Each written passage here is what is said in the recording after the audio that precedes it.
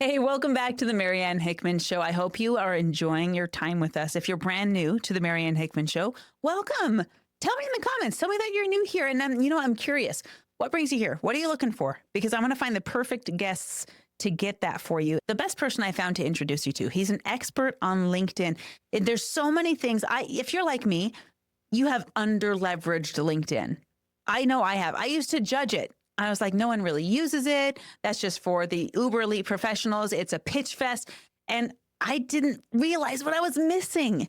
Now I'm still learning. I'm still growing. I learn and grow right here in this episode. So maybe you can come along with me and learn and grow in these powerful tips. There's one particular tip in here that I started using not just on LinkedIn, but on other social media platforms. I didn't know that it affected the algorithm this way. And it's very simple.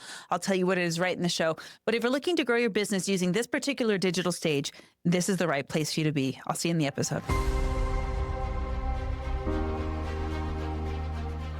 All right. So we were chatting last time about LinkedIn as a platform. And I have to confess, maybe I'm the only one out there that has not used LinkedIn very well.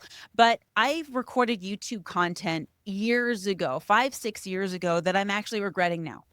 And that was years ago. I was like, oh, I don't really use LinkedIn. Nobody really uses LinkedIn, blah, blah, blah. And now I wish I could go back and grab her by the shoulders and be like, no, get on LinkedIn, Mhm. use it now before it gets crazy blown up and before it becomes less organic than it is. But Dr. Kevin, you've got this perspective and ability to leverage the tool. You've also got this incredible perspective on leadership and team building. I want to jump into that during this conversation because many Mhm. speakers are looking to connect through LinkedIn because that is where the professionals are, R but we don't know how to use it. What mistakes are we making? Well, first of all, thanks for letting me be on the show. I certainly appreciate that. We primarily use LinkedIn to really to develop customers. So I lived in the corporate world for almost 30 years. My last 18 years there was at Intel, managing their management leadership development programs, the residential programs for the world. I managed Intel University. It was a great experience, but I had a personal goal that I wanted to retire at 50. And fortunately, I was able to do that. I call it retirement. My wife doesn't call it retirement because I'm still working a lot. The difference is I get to pick and choose what I want to work on and who I want to work with. But there are three of us. We left all together in June of 2007. So it's been almost 18 years. Started up Wow. Magna Leadership Solutions, and we've been every year's been better than the last. It's been a wonderful ride. So moving from the kind of the safety net of the corporate world into kind of not having a paycheck and everything going to zero, it was a little bit scary. One of the things that we learned, and particularly it's really grown over the years, is that maintaining a presence, a social presence, particularly if you're in business. So we provide management leadership development, executive coaching, facilitating, speaking, and most of our organizations that we work with are small to medium-sized companies, or we work with large companies, but usually departmental. We don't go group-wide, but we have lots of large companies we work with. And one of the things that we found is that, at least in the business world, kind of the target customers, clients that we want, they lived on LinkedIn. That's their social method. Some of them use some of the other social tools, but LinkedIn is primarily the one. And fortunately, when we started the company, we hired a virtual assistant who was a social media expert. We worked with her for about 6 months or so, Jamie Scoletti, and she kind of set us up, and then we've been kind of on our own ever since. But what we recognized, using LinkedIn, was that most people, I don't know about you or anybody else listening, but I get probably one or two of these messages a day trying to sell me something. You got this great new Ugh. product, or, come and take my course, and this is only $97, or you can upgrade to this one at $999, and, you make a connection with someone, and the next thing you know, you get this sales pitch. And I don't know about for anybody else, but that is a big, big turnoff for me, Oh yeah, and nobody likes that. I certainly don't like it. And coming from a leadership background, I did all my my originally I went and did an engineering and business degree and an MBA, but ultimately I went back and did my leadership. I did my doctorate in organizational leadership and management. And that's really kind of my passion. And one of the things I learned is that it's really all about relationships. Everybody talks about that, but one of the things that we learned, using LinkedIn over the last 17 years while I've been in business, is that people don't want to be sold to. People want to be helped, right? And we found is that if you can create an environment of high trust, if you can provide information to people that's useful to them, and you can make their lives better when they need help beyond just searching the internet, they will come to you. And I'd say I'll start with a success story, and then I'm going to talk to you about the process, and I'm going to give you the listeners here 100% of how we do it, right? So I'm going to lay everything out on the table. There's nothing hidden here. So we'll give it all to them. Hey, what's up? Marianne Hickman here. Listen, I'm interrupting my own show because I want to give you something. Now, you guys all want to get on more stages. I got a free resource for you of stages that are just clamoring for guests. They need guests on a daily, weekly, sometimes monthly basis. This is my podcast database. Now, what I'm going to do is have you go to mariannehickman.com/database. Once you put in your information there, I'm going to send this to you totally for free. Open up this database. You're going to click through it, find the next podcast that's relevant to your topic, hit the application button, show up on their podcast, get in front of their people, and share your content. Remember, mariannehickman.com/database. Let's get you unlocked. Okay, I love that you're doing that. And I have to interject here that you're leveraging something that we all know, but rarely do we practice. It's like when we have an obesity epidemic in the United States, 60 to 70% of people are obese. Right? But we all know we should be eating vegetables and exercising, yet we don't do it. The same thing goes with social media. We all know that none of us wake up first thing in the morning wanting to be sold to. And yet, I just checked my LinkedIn while you were talking. There's 7 messages in there. Hey, I was looking through your YouTube. Here's the things I would change. Buy my package. And I'm just like, sweetie, no. And I think that very, very often, all of us appearing on social media are trying to please the algorithm. And I don't know about you, but I've gotten sick of that because the algorithm is not some mysterious social media god in the sky that blesses or curses people depending on the content they put out. At least from my perspective, the algorithm has an objective, which is to keep people on the platform, right? Because if you're on the platform, then you're spending time and money on the platform, which the inventors of the platform want. But the inventors of the platform also have to ask, why do people stay? People stay when they like what they're seeing. So if you and I are producing content that people like, it's not pleasing the algorithm. It's just genuinely, like you said, helping people. And I think I don't know about others, but I know I get this lost feeling of like, how do I use the right hooks and hashtags and blah, blah, blah, versus am I really helping somebody? Do I have someone in mind who I'm actually serving in some way, whether it's through laughter or whether it's through entertainment or whether it's through business growth or whatever the case may be? So I love that you're focusing on a very human-centric approach to social media, even though very much more often social media is dehumanized when we're trying to please it. Yeah, well, let's break this conversation into 2 segments. I'm going to talk to you about how do you develop the human side, which is in our book, which is called Ready, Set, Get Hired. And for those listeners that hang on till the end, I'm going to give you a link so you can get the digital version of the book for free. Or I encourage you to go out and buy it on Amazon.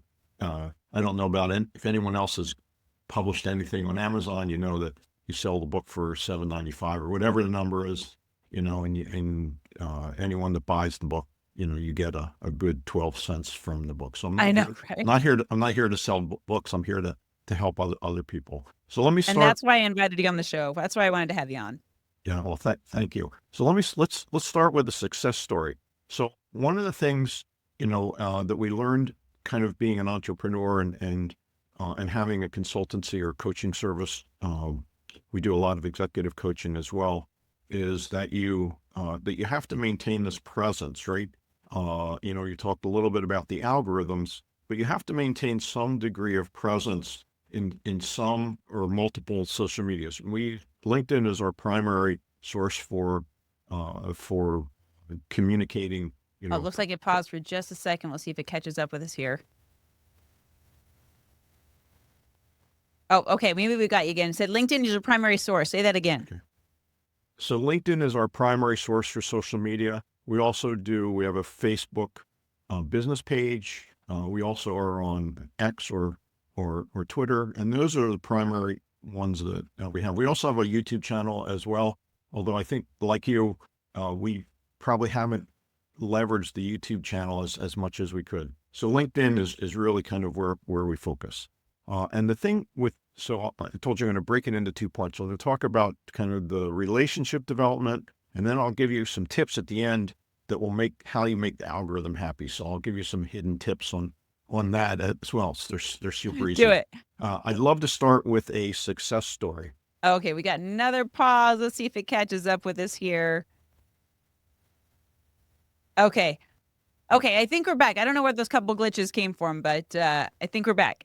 All right, so let's start with a success story. So one of the things that we found out was, back in 2007 when we started our campaigns and building. Not only do I have a LinkedIn page, but we also have a LinkedIn business page, right? So under Magna Leadership Solutions, so you can follow us and follow me or follow the business page, whatever works for you. So if you don't have a business page, I'd encourage you to get a business page because it extends your reach. But one of the things that we found was that we had gotten a call around 2017, about 10 years after we had started the firm, from a gentleman, and he ultimately said, "Hey, I've been following you on LinkedIn. I had no idea he was doing this." He said, "I've been following you for the last 10 years. I really love the articles that you post. Every once in a while I'll post one of my ebooks that I've written. We just like the philosophy that you have. If we've gone to your site, we like your models, right?" So he's done all of the research. He was a senior HR director, and he said, we really need a leadership program for our company, and I'm wondering if you'd be open to talk to us about that.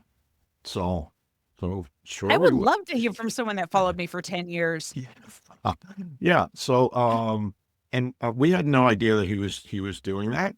We're glad that he was. So we went and met with him, ultimately came to an agreement. We designed a leadership program for him. We rolled it out into to China, to Japan, to the Netherlands, all throughout the companies here in the U.S.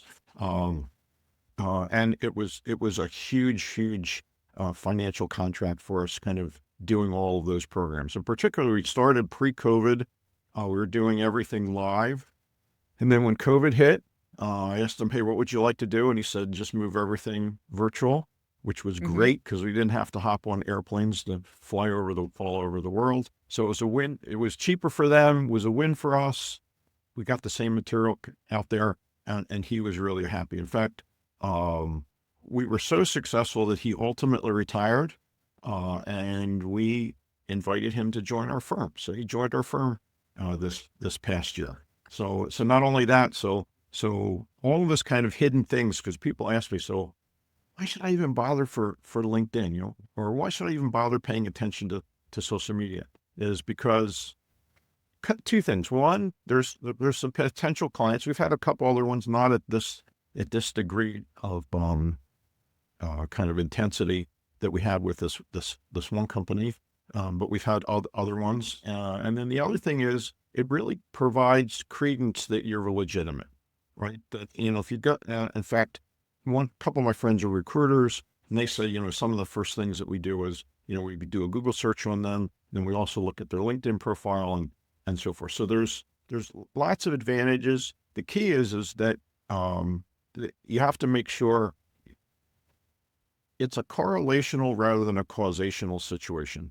Causational is if I put 2 hours here, I get $1,000 worth of clients. And it just doesn't work that way. That you have to continue. It's a long-term process. And eventually you have the people that have been following you for a long time that you probably never know that will contact you. So Well, that's I want to interject here real quick sure. because what you said is so it's so important for everyone that's consuming content to remember that correlation is not causation because we are bombarded. I don't know about you, but I see this all the time where they're like, I spent 2 hours, I made $10,000 or $100,000 on social media, and all I do is post for 2 hours.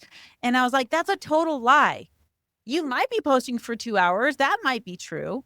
But the posting for 2 hours is not alone in and of itself what brought you your income. There was a CRM in between. There was a product in between. There was development and messaging and sales conversation in between. And so when we get marketed this jargon of just post for 2 hours, no, that's they're blowing hot air. That's not the full picture. So when we are marketed to and we are have these products shoves in our face, I just want to give everyone out there that's trying to build their business and looking for people to hire and looking for coaches and looking for mentors a huge heads up and say, listen, yes, we do need to post because like we do need that presence. We do have to have something for people to Google. And just like Dr. Kevin was saying, there has to be something for them to QC check. Something has to come up, but that is not the thing that brings in the income. You have to trust the process. It really needs to be kind of a long weed. Well, from our perspective, it has to be a long-term perspective, right? That you're in there. It's like the scenario we had with the guy that followed us for 10 years and we didn't know it. There's other people that followed us as well. And like I said, we've had a few other smaller contracts from them, but a majority really come through the people doing their research and saying, okay, this is a legitimate person and a legitimate company, and they do some good stuff. And there's lots of testimonials. They can listen to me in different podcasts. There's books, there's reviews, all kinds of other stuff that really provides, okay, here's somebody that we want to invest our time with so that he can help us. So yes, amen to that. Yeah. So Marianne, let me tell you about kind of what's kind of in the book, and you can get all the extra details in the book of our approach. Yeah, open it up for us. One, early on, what we recognized is, our clients are CEOs, presidents, senior VPs, those type of things. We normally sell there. We're not selling Etsy kind of products on LinkedIn. So that's why LinkedIn is really our tool to use. I think the thing that we've learned was, initially we were doing outreach to talk about, we have a program called our Leading Forward Academy. It's a 6-month leadership program. It's really designed for cultural change. And that's what the company that hired us for wanted, that we didn't want just kind of a one and done, kind of a hit and run, because we know that doesn't really get you the behavior change. So we really want to change for our leaders, not just to give them, oh, that's kind of a neat tool to understand situational leadership or problem solving or whatever it is. But we really wanted them to practice. So you have to have this kind of process in addition to the content knowledge and then apply it. We have a program or a system called GALE, Guided and Applied Integrated Learning. So we don't do training. We provide people, the organizations and the individuals, the managers have to bring in real problems. And in every different program on communication, on conflict, on leadership, on problem solving, all the different ones that are integrated, that they're working on real stuff. And then when they leave the content class or workshop, they have to apply it and then bring it back and reflect. And so you have to have all of that. So we have a very good system. I was fortunate to try a lot of this stuff out at Intel when I was there to kind of prove the concepts. And what we recognized was that when we were reaching out to the people wanting to, the executives, the CEOs, we built our following. I don't know how many CEOs, but I'd say executives. We got several thousand of them in our database. Just reaching out, trying to get a conversation with them is next to impossible. like not even selling. Hey, we've looked at your company. We understand you're doing this. We would love to have a conversation with you. No sales pitch. We just want to talk to you. Zero, like crickets, nothing. Like, wouldn't you just like to talk? We're just going to talk. And I think the reason is because everybody's trying to sell you something. I mean, ultimately we want to sell them something, but we really like to work with them that they just they don't want to get into it. So we Oh, tried yeah. that approach. Fortunately we had enough kind of a pull rather than our push approach. We recognized, hey, this is just not a good idea.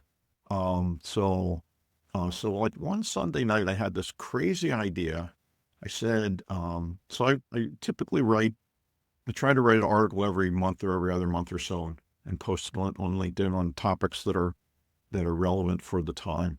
And I had this crazy idea Sunday night.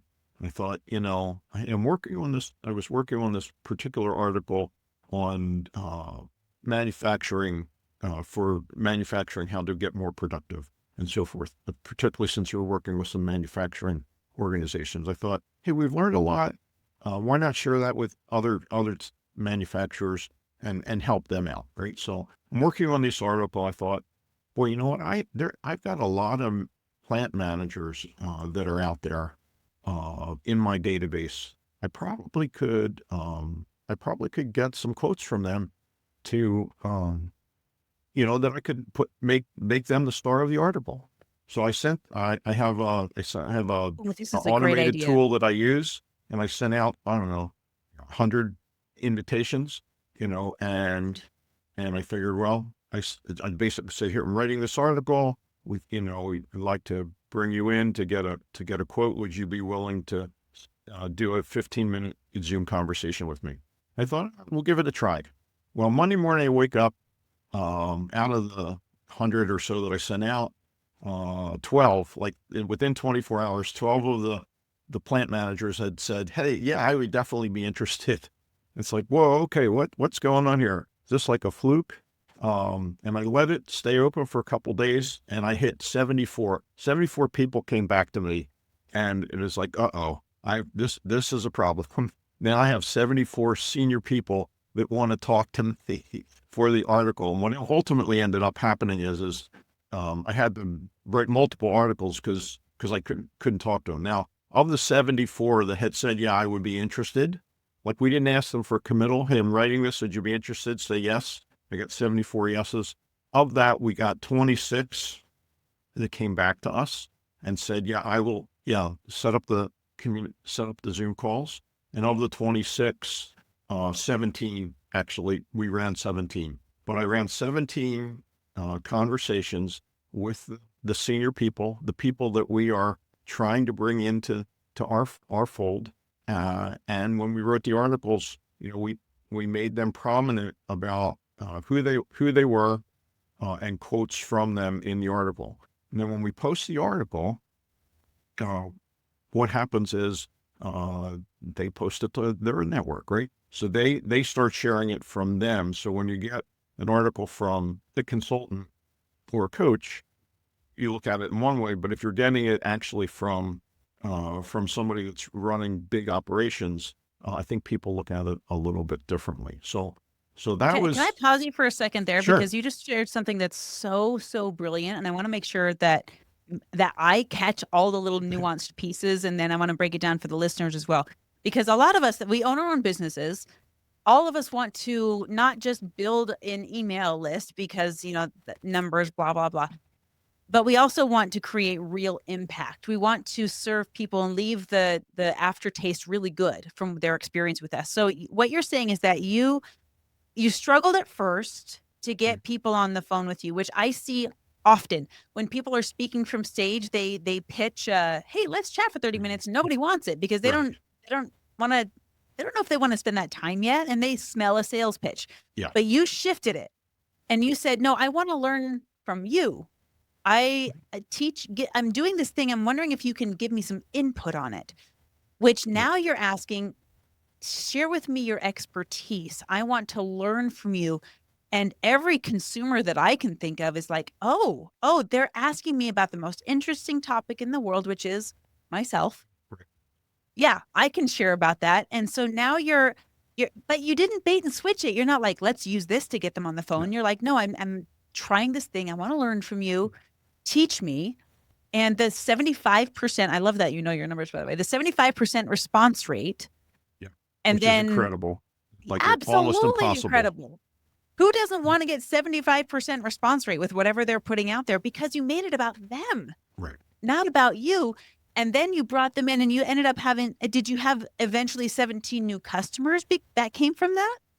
Well, so here's what happens Tell is me. that so in the call I've got one or two questions that I'm going to ask them, trying to get that snippet that I can put in the article, kind of make them famous and really focus on them. And all of this is really based around, kind of my leadership training. It's all about servant leadership, and servant leadership is really, as you've said, is it's making it all about the other person. How can I help? And if there's some residual value from that, where they want to contact you or buy one of your programs or bring you in as an executive coach, whatever it is, that's great. And if not, it doesn't matter because you've helped them, right? And that's really the foundation. And that's something that I've always believed in, that, you put yourself out there and make a difference to others, and ultimately it will come back to you. The difference is, it's the long game. You really have to play the long game. So here's the tip. First of all, you have to make it a short request. Tell them what you're writing on, and why they are important to quote. Right? The 10 years of experience, whatever you know about the individual. So that's the first thing.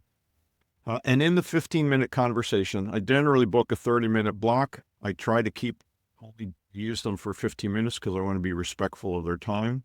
And like in the first 5 minutes, I can usually get enough because I'm really just looking for a singular quote from an individual. At the end of the questioning, I say, what can I give you right now just to say thank you? Tell me some of the challenges you have, and I will. I have ebooks I've written. I have articles I've written. I've got this 22,000 person network that I've built through LinkedIn. I've got tons and tons of colleagues. I actually run mastermind sessions once a month with all of my ex-Intel colleagues. There's about 50 of us. We do that once a month, and we just get together to share. I've done work for them. They've done work for me. It's very, very collaborative. And typically what will happen is, if you've made them feel comfortable, generally I found that 90% of them completely dump all of their problems. I'm having a problem with hiring. I can't find the right people. People aren't motivated here anymore. The turnover's terrible. I can't get my men, whatever it is, right? And then since I'm recording it, and you can throw it into AI and just dump it, right? I've got a history. And then the individuals I have the conversation with, I usually know that there's 2 or 3 challenges that they have. I just keep that in an Excel spreadsheet. I'm sure there's more. You can use Salesforce or other CRMs, but we keep it pretty simple, right? There's these 2 or 3 things that they're struggling with, and we keep those people in the database. It says, I've talked to the person, I've made them famous by using the quotes, and here's their challenges. So I do research every morning before I do all of my postings to the LinkedIn and to my other social media every morning. We use some automated tools. We use one called Meet Edgar, wonderful tool. Like when we find Meet Edgar is similar, if people are probably more familiar with like things like HubSpot and so forth. But Okay. if I find an article or I've released a new ebook recently, then what I can do is, it's an automated tool. You can just put it in and it sends it out to everyone all at once. It does all the scheduling, and it says, this one goes at 8:00 on Monday, and this will go Tuesday at 3:00, and this one goes to LinkedIn, and these 2 go to Facebook and Twitter, and bing, bing, bing, bing, bing. So it does all of that automatically for you. So I do my research first thing in the morning for about 10 minutes, quickly review all of them. I have an RSS feed that feeds me all the articles. I read them real quickly to see, delete, accept, dude, this one's good. Let's put a comment in there, and then I'm off and I'm done for the day. So, but it's having that first conversation. Because once you've had that first face-to-face conversation, you realize, hey, this person is not going to sell to me. And we never, ever, ever sell on LinkedIn. We do not sell on LinkedIn. If you Everyone have write this something down. right, if you do have something to share that would be beneficial to them, share it. But you never say, hey, I have this program, it's $97, and if I can make you millions of dollars just by, we don't do any of that. That's, I shouldn't say don't do it. We have never found that successful. We don't do any of that. And because we're in it for the long game, ultimately, we try to keep the people that we've had the conversation with warm on a regular basis. And every once in a while, like I had one person that we did this years and years ago, call me and say, hey, I've got this manager. He needs a little bit of coaching. I know that you do executive coaching. Would you be interested? I mean, could you talk to him? Right. Like, and I don't do any selling, like, yeah, here's my coaching packages and you have to hire me. I don't do any of that. I always say, let me have a conversation with him. And if we're a good fit, we can talk about options. And if we're not a good fit, I'm going to tell you we're not a good fit. But I have this incredible network that there's probably somebody in my network that I can refer you to. And whether it's me, but the ultimate thing is let's help the manager get better, right? And if you can do that, next time they're stuck with a problem, they're going to call you. I mean, it's not rocket science. This is just kind of the way to do it. Well, this is the vegetables and exercise of networking and connection, where I mean, all of us respond generally the same way to this pitch fest that we interface with on social media so often. We scroll right by.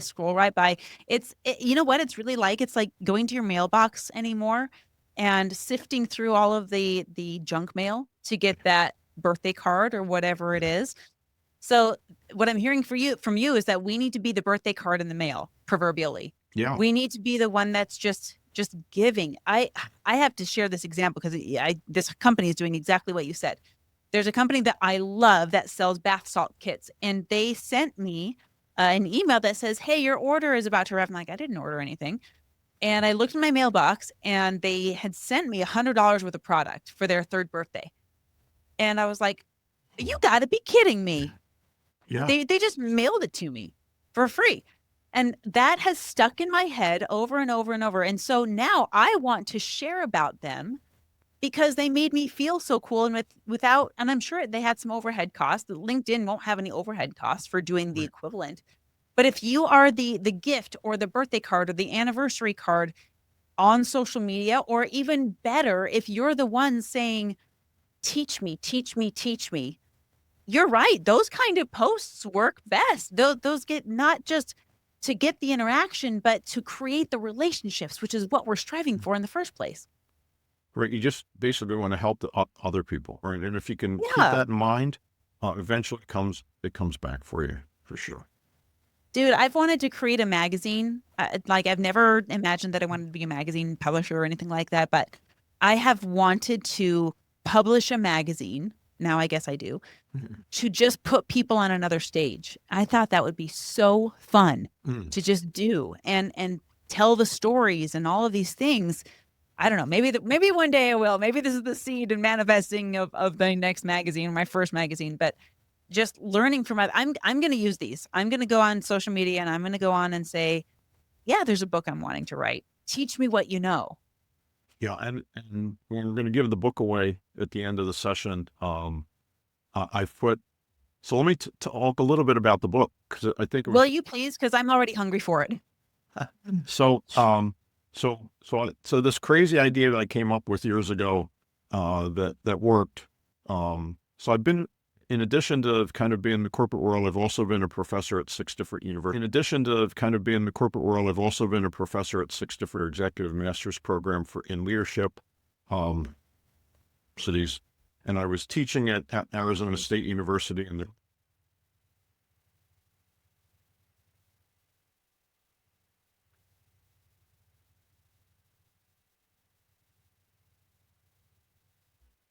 suddenly got downsized.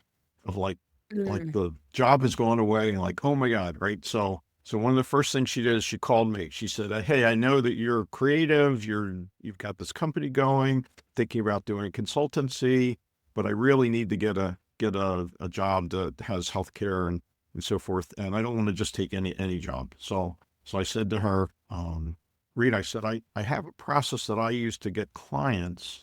I bet we could do this for you to find a job. And I'll tell you what, I will coach you. So you and I will work together. I'll show you the process, which is all laid out in the book. I said, and at the end, all I want you to do is I want you to agree to write the book once you land your Nirvana job.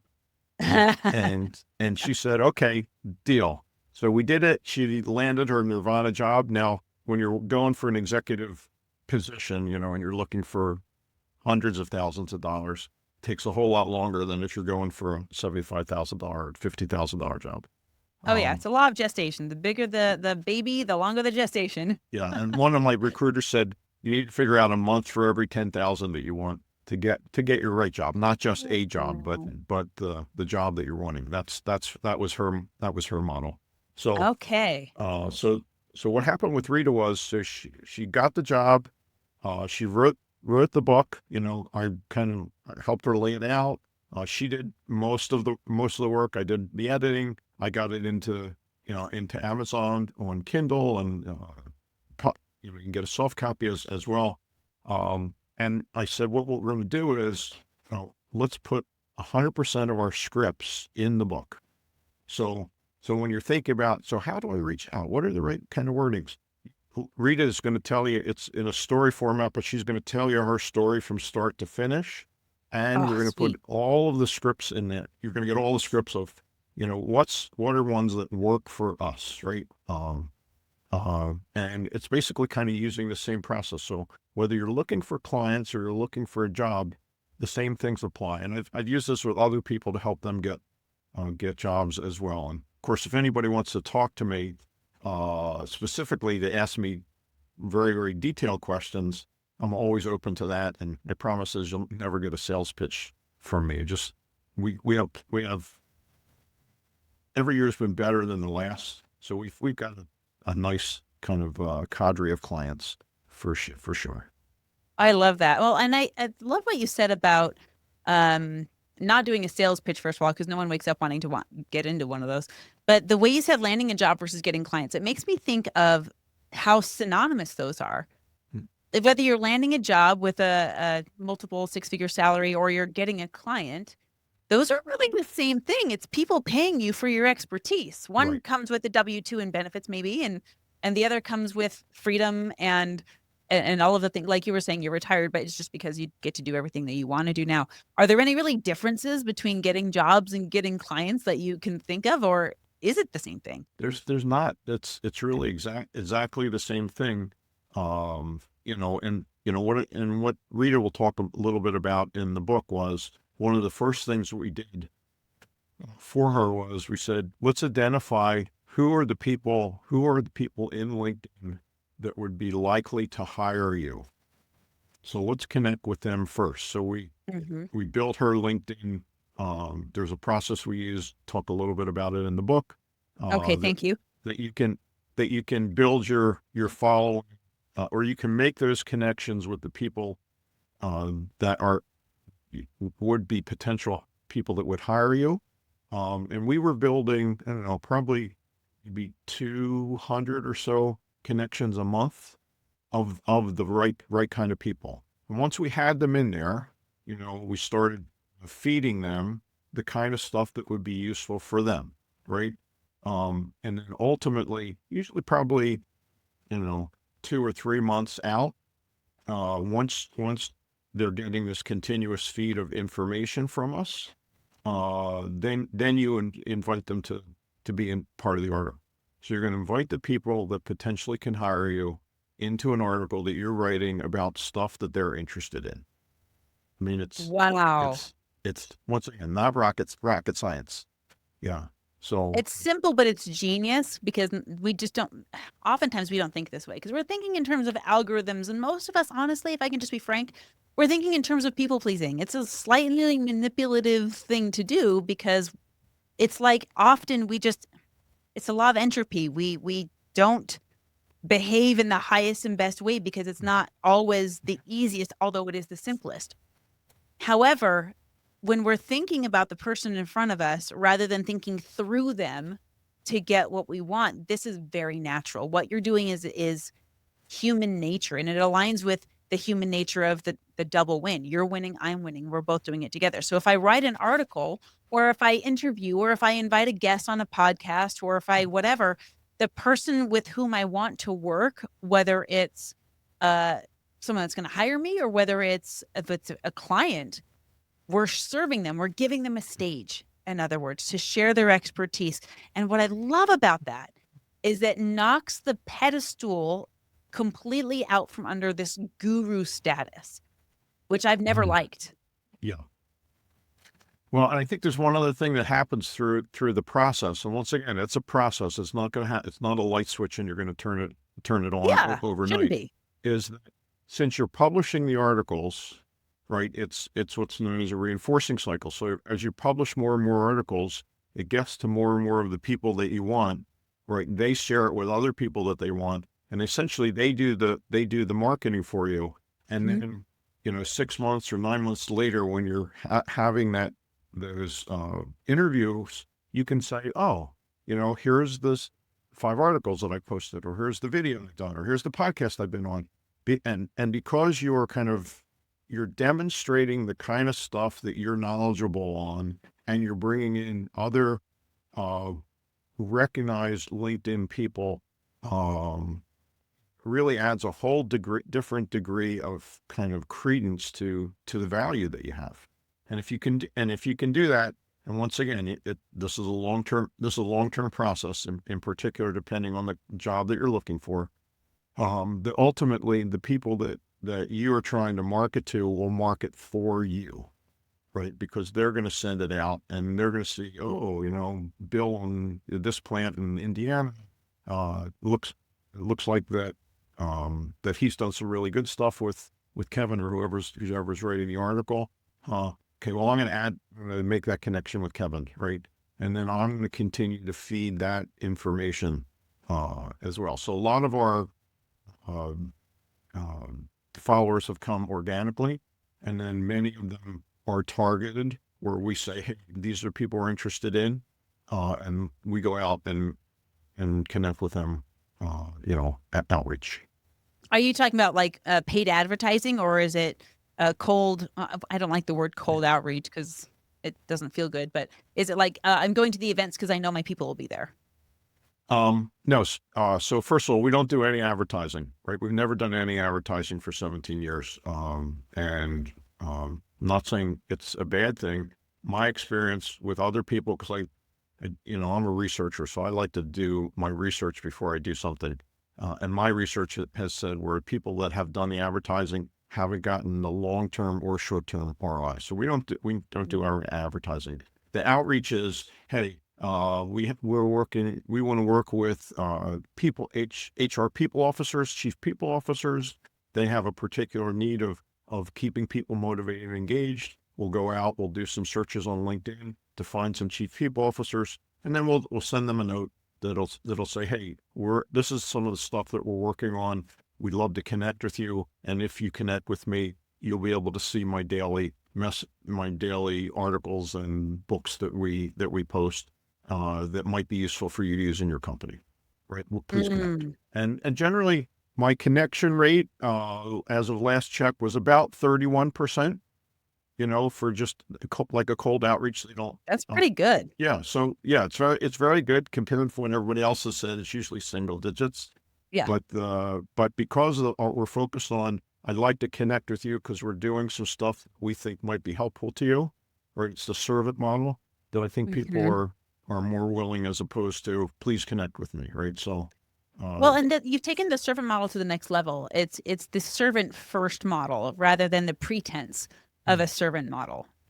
You've found a way to serve first thing right away. I'm writing this article. I'm looking to feature an expert. Can you tell me? Right. It's just so brilliant.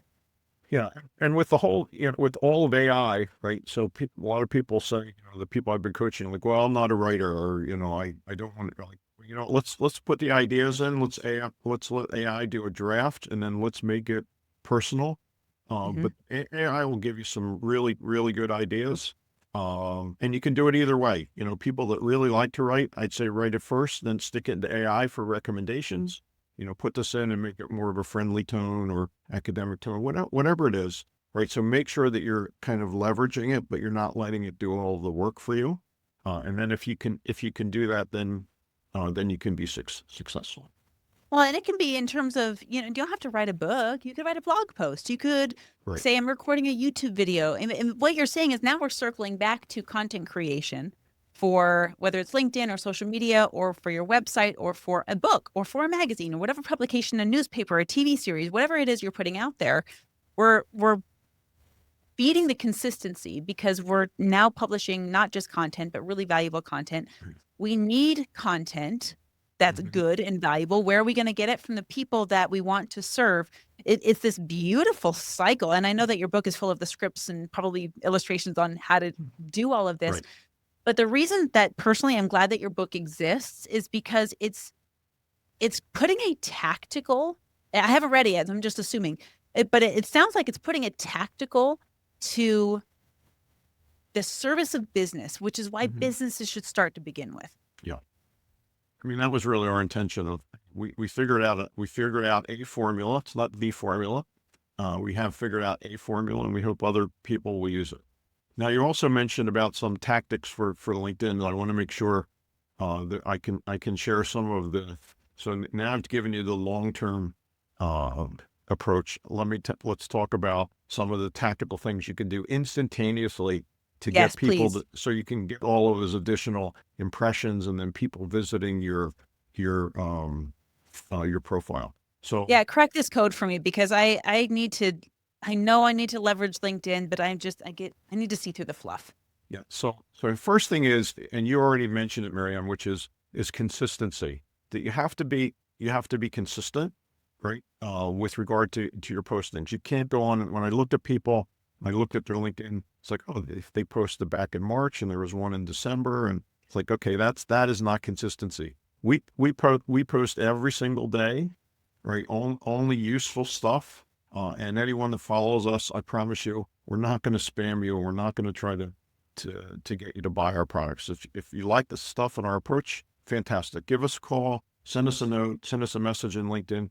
We'll be glad to give you whatever we can. And if you want to do something intense with us, we're glad to do that. And if not, it's okay. That's okay as well. So I'll give you a couple of the easy tips that anybody can do that will keep the LinkedIn algorithms happy. So first of all, be consistent. Be consistent in your posts, right? So that you have to be in there on a regular basis. Ideally, you want to be there every day. The LinkedIn algorithm, and first of all, algorithms are always changing. So by the time this is published, who knows what the algorithm is going to be the same. But human LinkedIn, psychology isn't. So that's the reassurance, right? The algorithm might change, but humans are the same. right? Yeah, yeah. So a couple of things that we found that the algorithm likes. The easiest thing, the biggest, easiest tip is I have a note that pops up on my calendar every month that just says go and change my description in my LinkedIn, where it basically says Really? instructor. Yeah.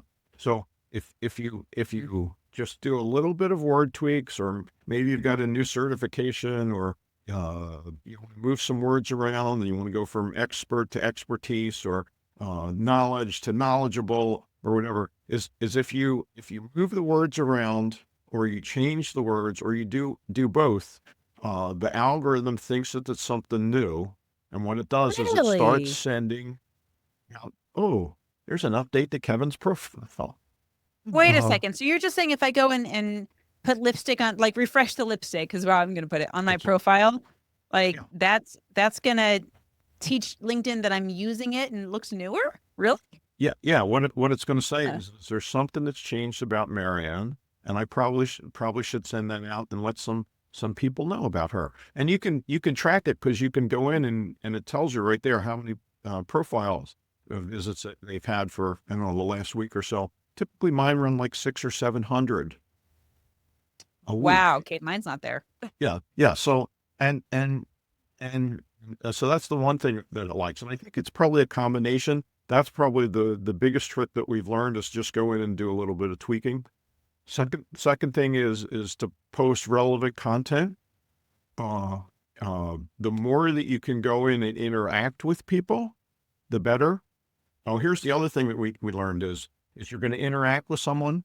Um, uh, the first thing you want to do is you want to put in a comment, and then you click the like. If you do, Right in that order. I don't, because that's the way the algorithm works. Oh, okay. If you click the like first, basically it doesn't do anything for the impressions, and it doesn't say, hey, this should be sent out. But if you put the comment in first and then a like, that makes the algorithm happy, and it increases the impressions. So, Oh, that's quirky. yeah, that's a little bit quirky. Once again, who knows whether it's going to stay that way, but we found out it does that way. And then the last thing that we do on a regular basis, in fact, I have one of them tomorrow, is usually about once a month, I have this mastermind group of about 50 ex-Intel people. I've been running this for about 12 years. And usually once a month or every other month or so, everybody's posting, doing articles, writing stuff, and so forth. We usually get together for about 90 minutes, and we pick a day. So tomorrow we're gonna do one of these, and we call it Go Viral. It's a Go Viral post. So I have a Google sheet. Everybody goes in, they post the link to their article. They don't publish the article. That's the thing is you don't publish the article yet. Mm. You can go in LinkedIn, you can say publish, and if you get out of LinkedIn, it saves it to the draft, right? So it's already there. And then what we do is we have everybody on the Google Sheets. We usually get anywhere between 5 to 10 people, and for 90 minutes we're live. So everybody goes on, ready, set, go, and then everyone posts their article on LinkedIn. Oh, by the way, LinkedIn really likes imagery. So if you have imagery and you can post something there, it really likes that. The other thing is with the article is don't put any links to anything else in the article. Facebook too. Don't, that's rule number one, right? The platform wants to keep us on the platform. Right. Yeah. Don't send people away. So it's okay to put it in a comment, right? Yeah. So that's the way you do it, right? So if you want to push them to some other place, you put it in the comment. And then with the 5 or 10 of us online, everyone is posting, comments and then likes, right? And we're having a conversation. So I'm having a conversation on their articles. They're having conversations on my articles. And typically you can get, usually within that 90 minutes, I think we topped out at 500 to 700 impressions in 90 minutes. And then if you can keep it going, right, you can send it out to other people. I think the best one we had was around 2,500 people that happened over a couple days. But the impressions go from, most people get impressions of, I don't know, 10 to 40 or 50. You can go into hundreds and thousands. And this is a technique I actually learned at the National Speakers Association. Mm-hmm. One of the speakers came in, and the first thing she said, "Hey, I'm gonna show you how to get something to go viral." And of course, there were 50 people at our session in Phoenix, and she said, just go on, whether it's on your phone or computer, just go in, make a comment. The key is LinkedIn likes the art. It's the first 1 or 2 hours that's important, right? You can't post an article and then go in later and try to do that. It will help, but what the algorithm says is, oh, there's a lot of activity here. I probably should be sending it out to people. So we went in, and there were 50 of us in the room doing the same thing. And probably every 90 minutes or so, she had us go in and take 5-minute break and do a repost. And I think we broke around 10,000 impressions by the end of the day. Oh my gosh. Well, and I like this. And this is something that, and another, again, speaking of serving your audience, if your audience is someone, composed of people who want to go viral, business owners or entrepreneurs or what have you, then this is a great way to serve your audience and just create an invitation that says, hey, I want to create a pod of people who help us boost our post, not just for fake numbers. We want to make sure it gets pushed out to the right people. Who wants to be part of our virality pod or whatever it is? Yeah. So the go viral, one other thing that you can do with the go viral, which really, really helps is have a listing of people of their at Marianne Hickman or at Kevin Gazzara, whatever it is. You have their links that you can put in, and you can say, oh, and by the way, I did a podcast with at Marianne Hickman, right? And what happens is even though you're not in that go viral session, now we'll drag you in because you'll get a notice of like, hey, you were highlighted in Kevin's post or whatever. So if you do those things, you can really get the impressions up and so forth. And the key is people will say, well, so why should I care about impressions? And the idea is that the more exposure you get, particularly unpaid exposure, I think is the better. It just keeps feeding the engine. No, absolutely. The more eyeballs we get, the more people, and it leads to this non-sales conversation, which I love that you talk about. Anything that any business owner wants to hear, the top thing that any business owner wants to hear, or any sales rep for any other business wants to hear is this: how do I work more with you? And Right. if we provide enough value, that's when that question comes in, and that's when a transaction takes place. Yeah, absolutely. Yeah. So Okay, so simple, right? So it's you want to simple. should we give them the book away? I want to. Yeah. Tell us where to get the book. Tell us where to find it. I need to read it and digest it. Where do we get this thing? So if you go to Magna Leader, MAGNA leader.co, not com, and then / and a capital J, as in just for you, you'll get what we call a reviewer's copy. It'll say reviewer's copy on it. And if you'd like to leave a review for us, fantastic. And if you don't, that's all right as well.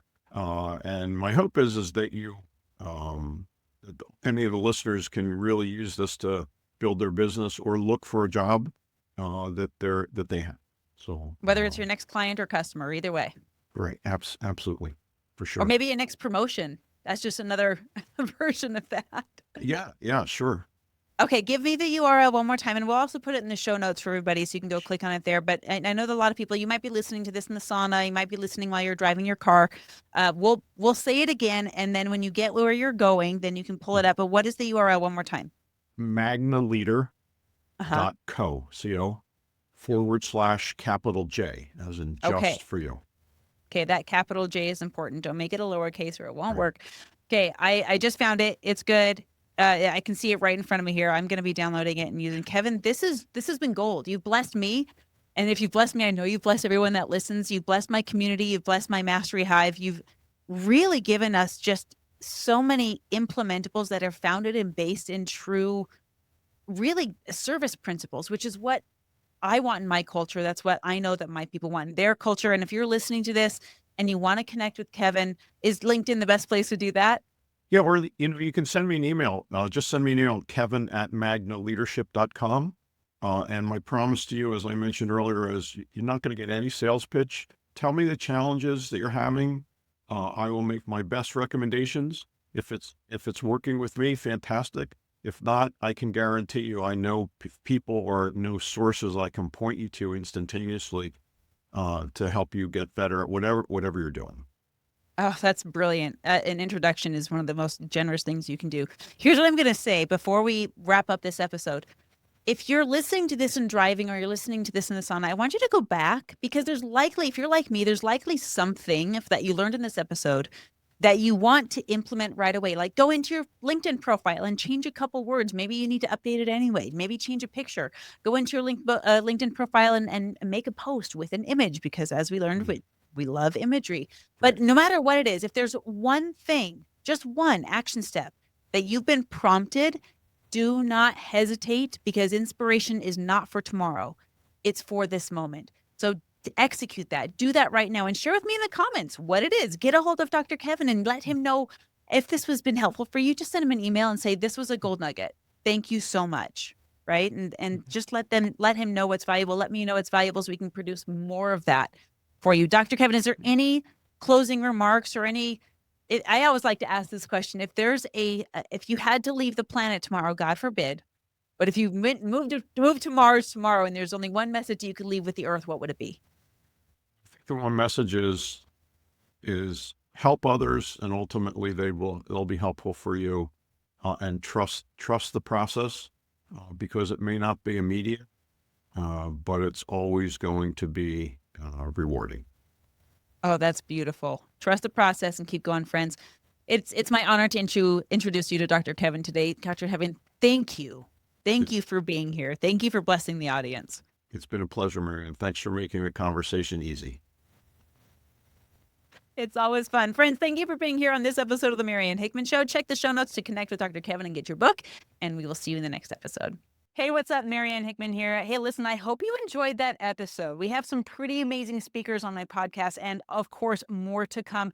If this is something that you enjoyed, guys, smash the like button, smash the subscribe button. You guys know what to do. I love your comments, and I respond to every single one of them personally, not a bot or an agency. So if this is something you're enjoying, tell me about it. Tell me your gold nuggets. I want to hear from you. But here's the most important thing I want you to laser in on. I told you about the podcast database. You've probably seen me post about it all over social media. I want to make sure that you get it. So here's what I want you to do. Go to mariannehickman.com/database. Once you put all of your information in there, I'm going to send you the document. You request access to it. Boom, it's unlocked. Once you're in there, my rule of thumb is to apply to 10 podcasts a month. It's very digestible. It's very easy to do. And the database gets updated twice a week. So I want you constantly checking back in there for the next podcast that fits your audience. Thank you for being here. Much love to you, and we'll see you in the next episode.